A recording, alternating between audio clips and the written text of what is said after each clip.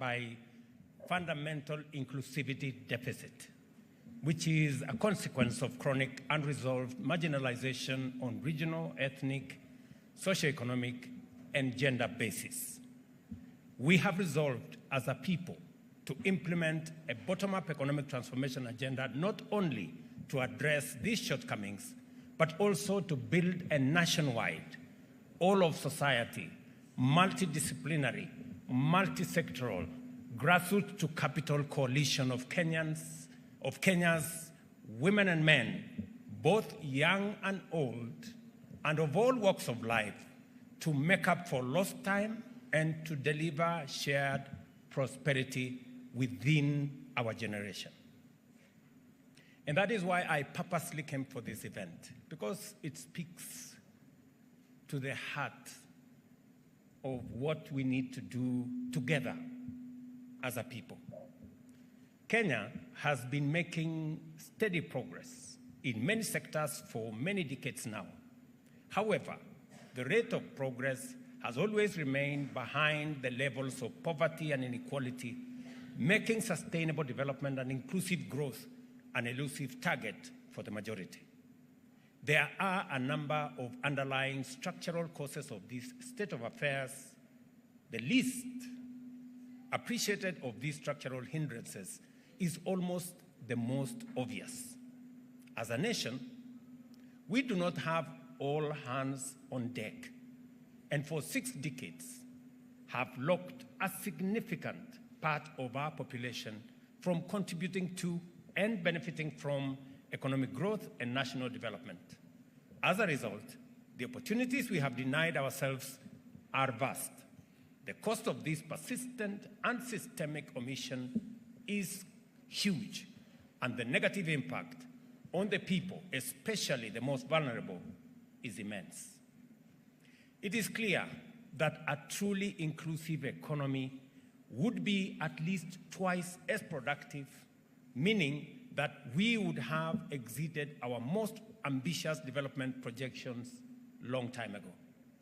We can accelerate our progress to become an industrialized, high-income economy by radically enhancing the inclusion and participation of women in leadership. And speaking about women and participation in our country, even when we speak even about politics alone, despite that we have few women elected, majority of voters in Kenya are women. So there is no doubt as to whether women participate in politics or not, because they do. But now it is time for us to move it a notch higher, that women should not only participate in terms of being voters, they should participate in terms of being candidates and in being elected as leaders. And it is not just politically correct to say we should have women leaders. It is the constitutional thing to do, and it is the moral imperative that we must aspire to achieve. And therefore, when I was requested by these great ladies to participate in this launch of G7, the great 7 women governor leaders in Kenya, I thought it was a good place for me to come and ask us as a nation to recognize the participation of women. And none of us, no man, however prejudiced they are, did not come from a womb of a mother. We may be whatever we are, we may be strong, we may be opinionated, we may even have issues of prejudice. But the basic fact is that we were born by women. So just that recognition alone should give us the courage and the inspiration to support women in Kenya. And therefore, I have listened to the women leaders from my side of the political divide, and they have given an account and almost reduced this function to a function of UDA and Kenya Kwanza. But it is because they know that it takes courage, it takes a lot of support to get matters gender appreciated by our society now. But let me encourage you that what the women governors are doing, they are doing more campaign than any campaign can be done. In the good job they are doing in their counties, they are not only inspiring other women to be leaders, but they are making it easier for the country to elect women the next time round. So, Your Excellencies, governors who are women in our midst, you owe it to the women of Kenya to shine. Because in you shining, you encourage the country to vote for more women. And I am very proud of these women, great leaders. Anne Waiguru seated here. My dear sister says, Barire, who is here, Gladys Wanga, Susan Kehika, Fatuma Achani, and Kawira Mwangaza, and of course, Wavinya Ndeti. These women, and allow me to say that, have demonstrated great integrity, understanding of what they need to do. And I have always gone out of my way to facilitate them, to support them whenever I can. And I want to promise that that is going to continue. That is going to continue. I know that some of the accounts they have given, let me say three things. Number one, women are very reliable. When I ran into political turbulence as deputy president, more women stood by me than men in my team. And that is a fact. In the last election, for some reason, more women voted for me than men.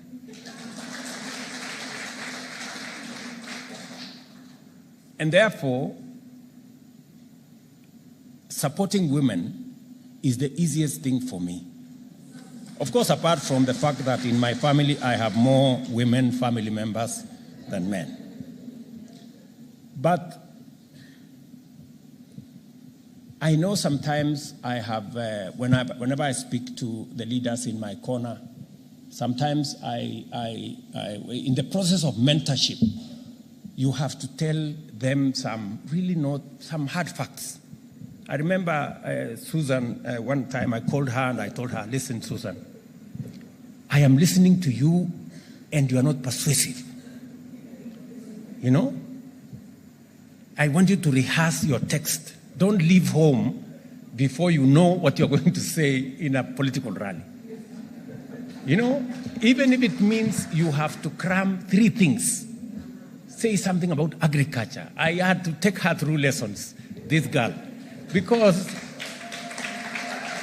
I really wanted her to succeed. And forgive me, Susan, I was hard sometimes on you. Another time I called her and I told her, I don't want to see you in Nairobi. You must go and sit at the village. You know, those things of rubbers. I told her she must put on rubbers. And sometimes I know women, they want to look beautiful. They want to put on a skirt that is... So these ones, I told them, look, this is not the time to look beautiful. You know, put on a long dress because this place is chaotic. You know, put on a long dress, put on whatever those things they say, I don't want to say. And it was all because we wanted to succeed, right? I must also say that women have also changed my perspective. Let me give you two examples. Anwai Guru, when we had a time in our politics, in the side of the politics we were, and it was time to make very difficult decisions, whether to go this way or to remain that way. And among the people who made decisions that, confirmed to me that women are brave is the decision Waiguru made to join our team. When she joined our team, I could not believe it because everybody believed she would be on the other side. And it took a lot of courage, Same thing with my dear sister, Ses Mbarire. It was obvious to everybody that she would be on the other side. But when she made the decision to say, this is where I'm standing because this is where I believe the people are, she stood out as a great leader. So all these great ladies are the epitome, as has been said here, of great leadership. And we want to work with you, and we will do the best that we can to make sure that women leadership succeeds so that we can use it to rally the rest of our population to appreciate that for Kenya to make steps into the future, we cannot do it with half our population that are men. We must do it together with everybody on board. That's why the bottom-up economic transformation agenda identifies working conditions, including unpaid care work, exclusion from decision-making, risk of gender-based violence, low access to adequate health care, vulnerability to the effects of pollution, environmental degradation and climate change, as well as early marriages and childhood pregnancies as contributing factors to minimal participation of women in key sectors of our economy. Yesterday, as I supported First Lady, I took time to see the plan that her office has. And one of the agendas that I agreed with her to concentrate on is the agenda of children. Because we have a very serious problem around children in Kenya. And there is some sad statistics out there. And I am happy that I'm speaking to women leaders. The subject of early pregnancies. Statistics show that Kenya, in the world, is the second highest in the world where early pregnancies happen. This is our country in the world. Again, all the subjects around early marriages going into FGM.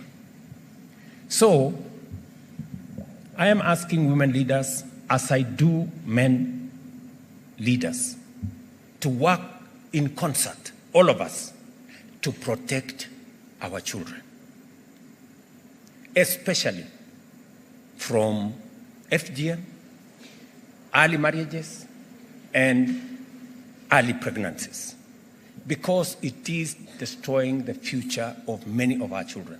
So as I went through with the staff of the First Lady what it is that they want to do and how government can support to raise the bar, to raise the profile of the challenge that we have in that space, I thought about these women leaders who are here. Please take it upon yourselves, as you do the many things, to also work with us in making sure that we protect our children, especially our girls. I know we have set targets for ourselves, especially on the subject of FGM. I want to tell men to stand, to come forward and protect our women from FGM, even if it is for selfish reasons. You know, FGM destroys women and makes them less confident, less effective, and creates many challenges around it. Men should know, in fact, men should be champions against FGM. Because you know what it is. FGM destroys everything that would be good in a woman. So, and I am saying this to the men here, you know, because even if it is for selfish reasons, because we are the ones who enjoy when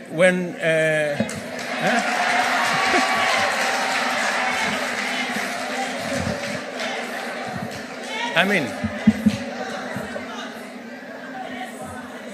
so, and especially the women who come from the counties that have prevalence of this challenge, please, let's go out of our way. And therefore, we made a commitment to the people of Kenya to accelerate interventions to actualize the constitutional gender inclusion threshold and pursue radical imaginative strategies towards this end, and to significantly enhance financial inclusion of women, among other efforts. And let me say this. When I did a memorandum to Parliament, I did not do it for political correctness. It is because I had made a commitment to the women in Kenya Kwanza that we would finally do something about this 2/3 gender rule. And it has been a back and forth for now over 10 years. I want to commit to the women of Kenya that this time round, we will make sure that the 2/3 gender rule is attained.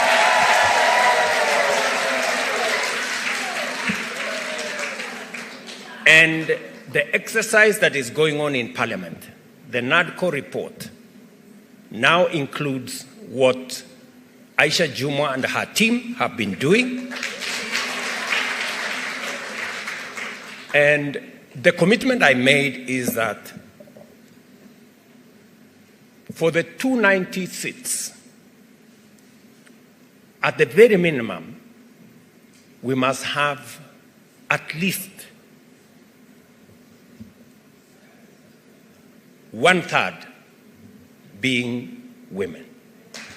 Now, I know there is a lot of calculus and mathematics and interpretations and what, but in the bill that is going to go to Parliament, we will make sure that at least more women, and hopefully we can do this by next year, more women get to leadership in Parliament.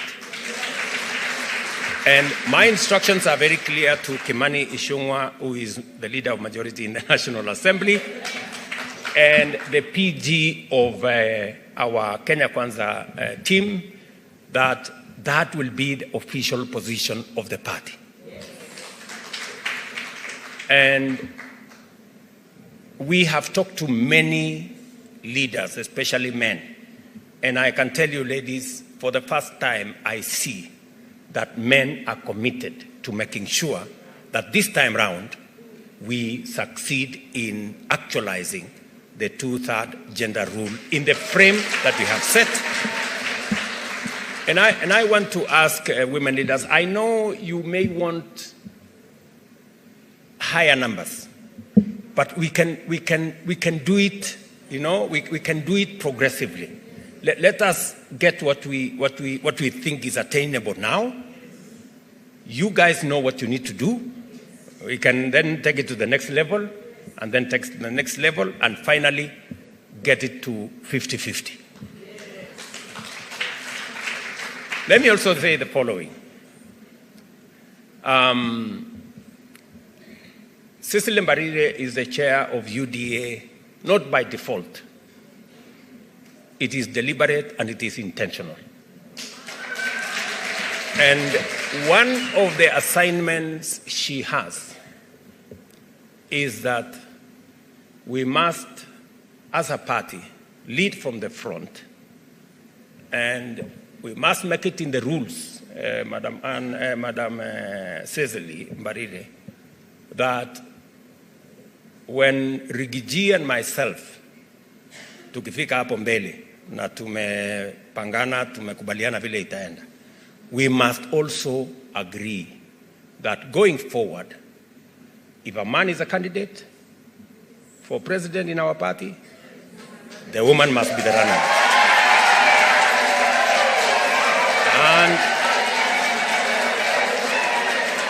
And if a woman is the candidate, then a man can be a running mate. Okay? And we must also cascade it down to the governors. So, and we must be intentional and deliberate about it, otherwise it will never happen. And I know fellow party leaders in other parties will agree with us, because we all agree, because I'm sure the party leader in Wiper supported Wavinya, the party leader in ODM supported Gladys, and all the other party leaders supported their women candidates. So we will do this not because we want to do anything against men, but we want to balance so that we all move together.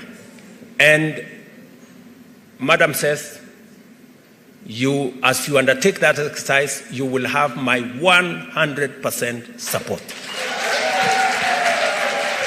And I know Governor Sakaja and my good friend Kimani Ichung'wah will also be supportive of that exercise. Much progress has been made, especially with regard to financial inclusion, with women remaining consistent in the uptake of various financial inclusion facilities and affirmative action funds. Out of the 21 million Kenyans who have borrowed from the Hustler Fund today, 10.1 million are women, constituting 48% of the fund's beneficiaries. Out of this, 8.8 million women have borrowed a total of 23 billion of the total of 47 billion already lent. And let me say that the average age of women accessing the Hustler Fund is 35, compared to 39 for men. So more women, more younger women are more conscious, about what they need to do. And therefore, the mentorship that has been going on. And let me say something very deliberate here. Charity Ngilu occupies a very special place in our country. She is the first woman to dare to run for president, materially. And she's been a great inspiration. I must say this. Charity is many times very hard on me. But I must say this about her, that she is a great inspiration to many women, not in her party, to many women across Kenya. Her daring spirit has inspired many of these women who are today leaders in Kenya. I want to ask those of you who are leaders today, please, the mentorship that Charity gave you, please mentor others by demonstrating great leadership going into the future. And we are going to stand together to work with you. The last election proved to be a transformational watershed in women's participation in political leadership. As a result, the number of women in each category of elective leadership grew, with the greatest leap being in the number of counties which elected female governors. Kwale here, Fatuma Chani, Machakos there, Wavinya Ndeti, Kirinyaga, Anne Waiguru, Embu, Cecily Mbarire, Meru, Kawira Mwangaza, Nakuru, Susan Kehika, and of course, Homa Bay, our Gladys Wanga. And I am very confident that the governor's seat, we should be able to attain the parity benchmark much more faster than in all the other seats. And therefore, I support, because it is true, these women governors have demonstrated great leadership. In fact, better than the men. And if there is a place, it is always said, and I'm sorry, Sakaja, it is always said, you're a great leader in Nairobi, I must say that. But let me say this. It is always said, what men can do, women can do better.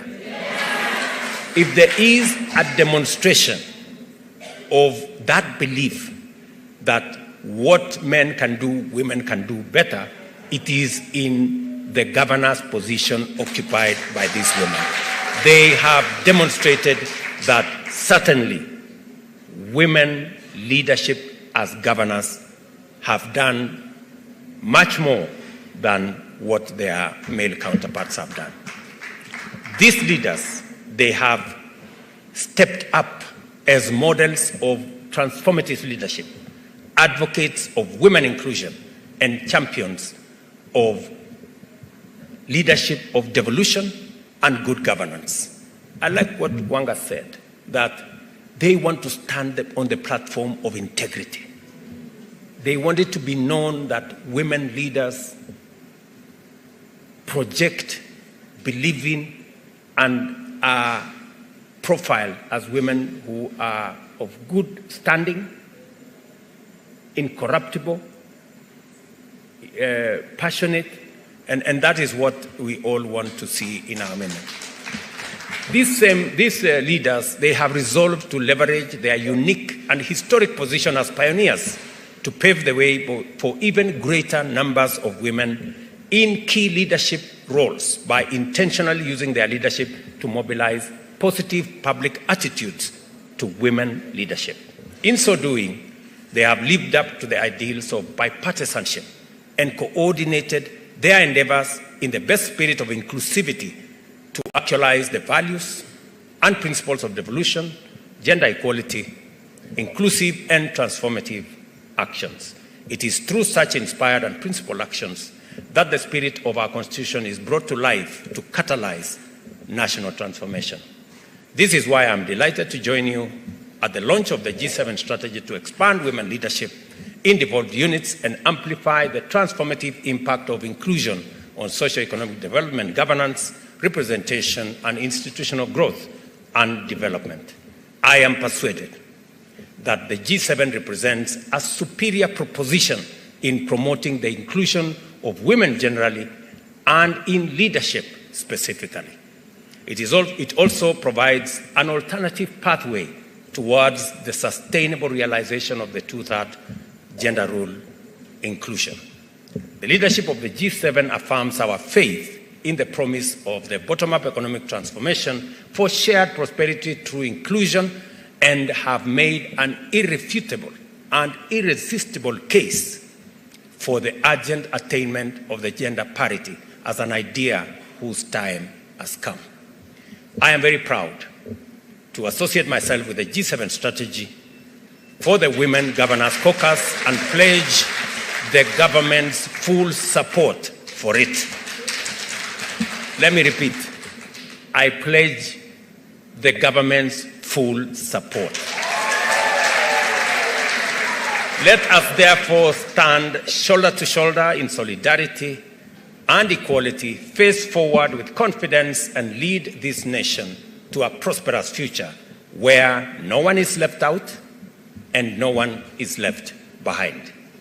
The G7 strategy is a great one, especially coming in the backdrop of what we will be doing tomorrow in Embu. And I will be early, Says. I know you are our host. We will be there tomorrow morning to celebrate women in our country and leadership of women in our country. The G7 strategy, therefore, is officially launched. God bless you and God bless Kenya. Asanteni sana na mubarikiwe. Thank you. Thank you. A round of applause for His Excellency. And with your permission, Your Excellency, we have now the official launch that's going to be taking place. Allow me to now invite the G7, the 7 governors, to join His Excellency as we now officially launch the G7 strategy beginning here. So allow me to count you down. Your Excellency will ask you to press the buzzer. I'll count down from 5. The ladies can stand there behind. PS Devolution as well, and CS Aisha Juma. So I'll count down from